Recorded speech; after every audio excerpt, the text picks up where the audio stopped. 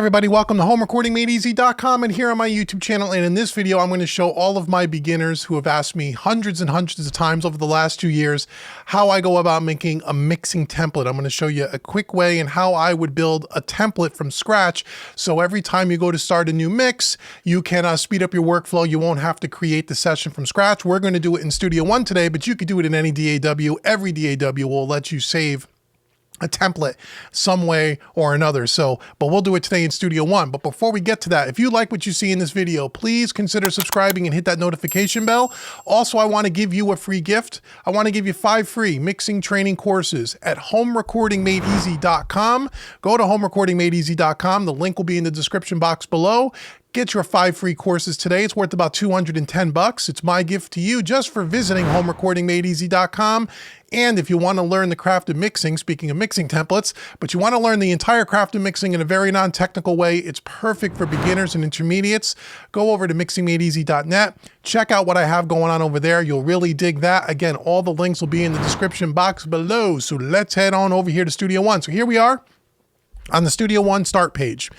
And we are going to go ahead and we're going to create a new song so we can make a template. So in order to make a mixing template or a recording template or any kind of template, we have to start with creating a new song. In Pro Tools and Cubase, it may not be called the song, it may be called the session, but we want to create a new recording song file. So we're going to click on create a new song, and that's going to bring up this dialog box. And here in Studio One, just so you know, if you're new to Studio One, you have 3 different tabs here. We have a Styles tab, an Interfaces tab, and then a User tab. The Styles tab is all preset kind of templates that PreSonus has gone ahead and created to help you with the process. So you can experiment with some of these and you can check them out. They're pretty self-explanatory, where they'll kind of set up the template for you or give you a kind of a framework, and then you can adjust it from there. You can also, if you have a PreSonus interface or one of their Studio Live mixers, you can click on one of the interfaces that you have, and these are only for Studio One, or PreSonus interfaces. Again, they'll have the templates, all the routing, the inputs and the outputs already set up for you. But we're going to create a user template. So we're going to create a template here. They give us one called empty song, and that's what we're going to start with. So we're going to start with an empty template, and then we're going to customize our own template, and I'll show you how I do mine. So over here in the top, we have our song title. We're just going to call this template, say mixing 2020. Did I do that right? 2020. And then where do we want to put our template for this particular file? For now, I'm just going to put it on my desktop just to make things easy, but you could put it anywhere you'd like. And then the sample rate, the resolution, time base, all of that stuff, we can adjust this. So I'm going to keep it at 44:1 resolution. I'm going to put it 32-bit float. Time base, I'm going to put it in seconds. Song length, you can, if you know what the song length is going to be, but I'm just going to keep it at its default at 5 minutes. I'm going to keep the default tempo, 4/4 time, key signature. I'm going to keep both these boxes unchecked. Okay, so that's how I'm going to start. Just going to click OK.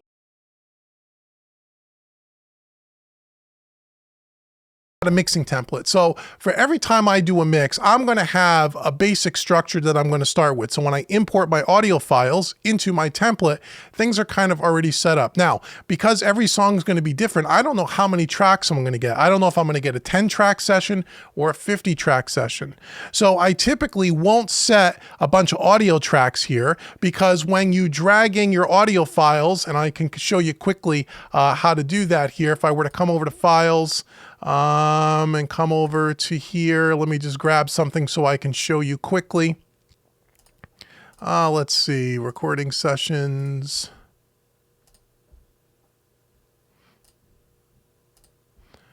Let's just see. I just want to see if I have some files here that I can show you. Okay, so if we have all these WAV files here, if you just highlight these by clicking the first one, holding your shift key and using your arrow button or your arrow key, if I just take this and drag this into my session, it's automatically going to create those tracks for me as you see here.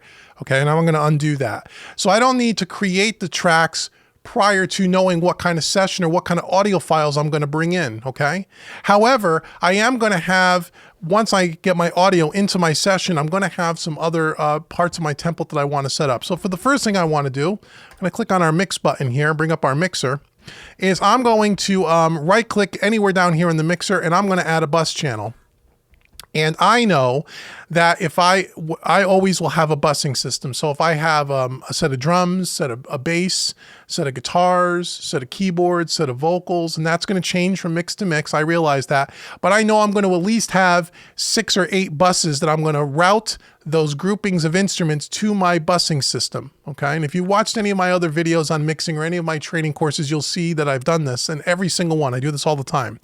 So I'm going to add, say, maybe 8 buses. So I right click in here. I have bus 1, bus 2, 3, 4, 5, 6, 7, 8. And now you could go in and you can name them, but I typically won't name them until I know what audio files and what groupings of instruments are going to be routed to these. But I know I'm going to have buses for at least my drums, maybe some bass, guitars, maybe acoustic and electric would be on 2 separate buses, possibly keyboards, horns, lead vocals, background vocals, percussion, those kinds of things. So I can always, depending on the session, I can add buses, or if I have a small session, I can always take buses away just by highlighting the bus, right clicking and saying remove, and that will get rid of the bus from one session to the other. Make sense? But for now, we're going to go ahead and we're going to add a bus. So I have 8 buses. I also know that in my mix somewhere, I'm always going to have reverbs, delays. I'm going to have some effects as well. So I'm going to add some effects channels as well. So I have things already kind of set up. So just like with the buses, I'm going to right click, and I use, instead of the effects channel, track, I use a bus channel for my effects, and I'll show you why in a second. Let me add an effects channel here. Let me color code this blue. I always color code my effects blue. I leave my buses black, the default, but I'm also going to create a bus channel here for this effect. And I'm going to show you the difference between an effects channel and a bus channel. So here's a bus, here's an effects. If I expand the mixer, you will see that the effects channel does not have the ability to send to another track. And sometimes I want to do that. But the buses do. So the difference between a bus channel and effects channel, the only difference is you don't have the ability to use a send on an effects channel, only the buses. So I tend to use buses for everything. Okay. People ask me that a lot. So I'm going to go ahead and right click. I'm going to remove this effects channel, but I'm going to add 4 or 5 of these effects channels. So I'm going to add 4 more buses. So I'm just right clicking and I'm just saying add bus channel. And again, your DAW, maybe you may do this a different way. In Cubase, I think they call them group tracks.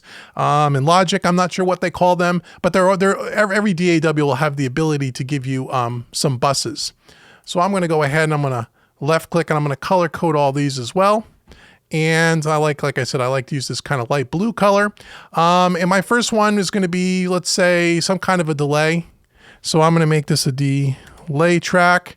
I might have a reverb, maybe a room verb. I'm going to have a plate verb. I'm going to have a hall verb. I'm going to have 3 different types of reverbs that I can use if I want. Okay. I also may want to use a chorus, or maybe even a delay, maybe another delay. Maybe I'm going to have, oops, let's just double click in here and rename this. Maybe I'm going to have a long delay, and then I could take this and I can drag this over here, and then maybe I'll have a short delay. May not use these in every single mix, but I have the option here. Okay, so now I have 2 delays, a long delay, short delay, 3 reverbs. I have my buses. Okay, those things I absolutely know I'm going to have. Okay, now right from here, this could be a very minimum template. So if I wanted to save this as a template, and then we'll expand on this a bit in a bit, but let's say this is all I really wanted. This is my shell. I want to have some buses. I want to have some effects. And when I bring my audio into it, then I can route all of my tracks to this to these busing systems and keep moving on from there. But if I wanted to save this as a template, now I'm going to come up to Studio One here under File, and I'm going to go Save as Template. Okay, and then a dialog box is going to come up, and it's going to say, what do you want to call this? Well, I said I'm going to call this Template Mixing 2020 because that's the name of our song file. So you can say template, or you can call this anything you want. We can say mixing with no plugins. Okay, and I'll show you what that means in a second. You could put a little icon, a picture here if you want to. Okay, and then we're just going to say okay. So now if I were to close this song file, which I'll do here in a second, I'm going to close it. I'm not going to save it. Do you want to save the changes? No. So this song file is gone now. If I open up, create a new song, and I come over to user, temp the user tab, right? You will see we'll have a new file here called mixing with no plugins. Okay, and it's going to remember all of our settings here. We can change the song title. We can call this template if we want to, or whatever your song title is going to be for your mix. Again, we choose where we want to put that if we're opening up a new song, and we hit OK. Now you'll see that all of my effects channels and my bus channels are there. Okay. Now let's say we wanted to expand on this. Let's say, because I would expand on this, a little bit. Sorry about that. A little bit more. I would expand on this a little bit more. So I have my buses. I have my effects there. So now what I'm also going to do is I know, for me, that on my master bus, for example, there's a certain set of plugins that I typically will use on most mixes. Okay, so I'm going to add those. So let's say if I know on most of my mixes, I'm going to use some third-party plugins. I'm going to use some console emulation by Slate Digital. And again, the plugins don't matter. I'm just using this as an example. So I'm going to use the VMR, the Virtual Mix Rack. And I know that I'm always going to use this as my mix bus will be the first plugin on my master bus. Okay, so I'm going to go ahead. I'm going to set that up. I'm not going to choose the console, but I'm just going to set this up.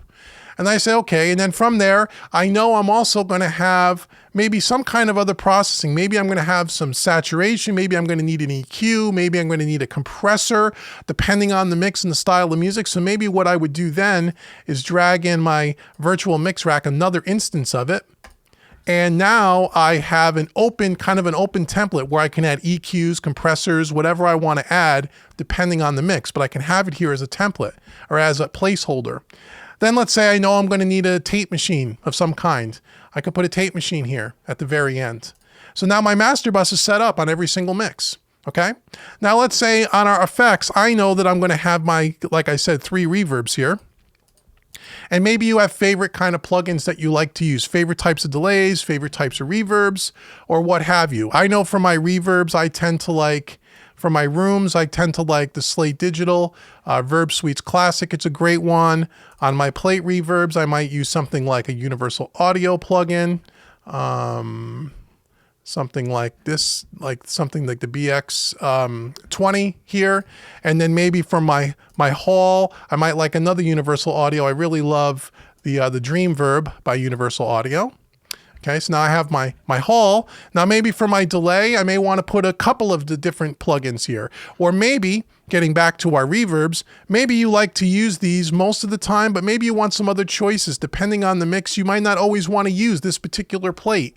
Well, you can add a second one in here. You can add a different reverb as well and have one to choose from. You could turn one on, turn one off. You could do things like that. That makes sense? For my delay, I tend to like 2 different delays here. I tend to like the Soundtoys Echo Boy. I really like I love this delay. Use it all the time. I've done lots of videos with it. You can see that on my YouTube channel. And then there's also, where's the other one? There's one by Slate Digital called Repeater. Let me see if I can find it. Oh, this is another great reverb for a plate reverb. Love the Liquid Sonics by Slate Digital. This is another really nice reverb. Let me find my other delay. Where is it? Where is it? Where is it? I might not be able to find it, but I have so many plugins, I don't always know where they all are. It doesn't really matter. So now I have a bunch of plugins here, okay? So maybe the same thing. Maybe on my buses, I know I'm going to do some processing on all my buses, and I could put some plugins there. Once you get all your kind of go-tos that you know you're going to use on most of your mixes, and again, from mix to mix, it'll change. You can delete plugins, add plugins. But again, so you don't have to do this every single time. Now let's say I want to update this template. I come back up here to File, I go to Save as Template, and I'm going to have a choice here. I can either call this a new template. Let's say I want to call this Mixing with Plugs.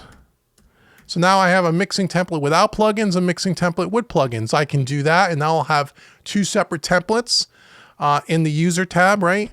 Or let's say we don't need to do that. Let's say you just want one standard template, and you just want to update the template that you've already made. We can just click this, Replace Existing, and it's going to open up our template box. Here's the one we had with no plugins that we created earlier. mixing with no plugins. Now we could change the name to that and we could just say, this is our mixing template with plugins, or mixing template 2020, or whatever you want to do with plugins.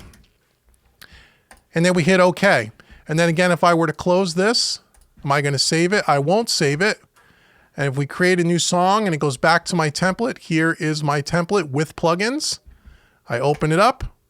And you can see it's loading the plugins, and all these plugins are already here. So you can make this is as large or as small or as basic as you want. You can also have templates. Maybe one, you have a template set up for mixing.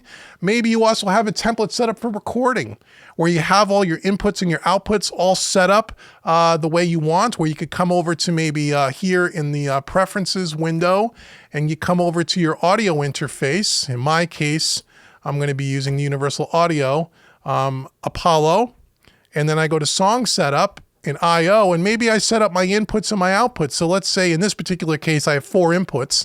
I can have one for maybe my vocals on channel 1, on channel 2 is my guitar, on channel 3 is my keyboard or my bass, right? And you can set up all your inputs and your outputs, and then you could create a template, a recording template. So the next time you open up that recording template, all your inputs and outputs are already set up. Okay, you can add tracks. If you were going to record, you can add a track here. You can call this, vocal. You can make sure it's an audio track. You can just say, I want 1 track. Whoops, not 11, 1. You could pick the color. It's a mono track. You can say, you could choose your input. In this case, it's input left. And now we have a vocal track here on our input 1 here. So when we open up our recording template, if this was going to be our recording template, our tracks are already set up and ready to go. So the power of using templates is great because you can have them for different things. And this way, every time you, depending on what you're going to do in your DAW, you can easily get up and running very, very quickly, especially when you want to record stuff and you got an idea, you have a creative idea, you just want to get it down very quickly. This is a great way. Using templates will allow you to get up and running very quickly. You don't need to start from scratch every single time. And as you can see, it's super easy to tweak and adjust and replace or add new templates as you build out your template or as you use additional templates. So I hope this video was helpful. I get lots of questions about templates. Why do I use them and how you create them in Studio One? And it's really that simple. So I hope you found this video helpful. Once again, make sure you hit that subscribe button. Also make sure you hit the notification bell. And because you watched this entire video, I want to give you a free gift. My free gift is in the description box below. There is a coupon code called YouTube 25. Go out to homerecordingmadeeasy.com. YouTube 25 will take 25% off any one of my training courses. You just use it at checkout. It'll instantly take 25% off. Make sure you also get your 5 free mixing training courses over at homerecordingmadeeasy.com if you haven't done so already. And also check out mixingmadeeasy.net. Once again, all the links will be in the description box below. Also, as far as the comments below, let me know what kind of mixing templates that you guys use. Do you have any tips or tricks to speeding up your workflow as far as mixing templates are concerned, or templates in general? I'd like to know what you guys use. Leave me some comments below and let me know. Let me know what you guys are doing as far as your template goes. Until the next video, I've been Dave with homerecordingmadeeasy.com. Thank you so much for watching, and I'll see you very soon. Take care.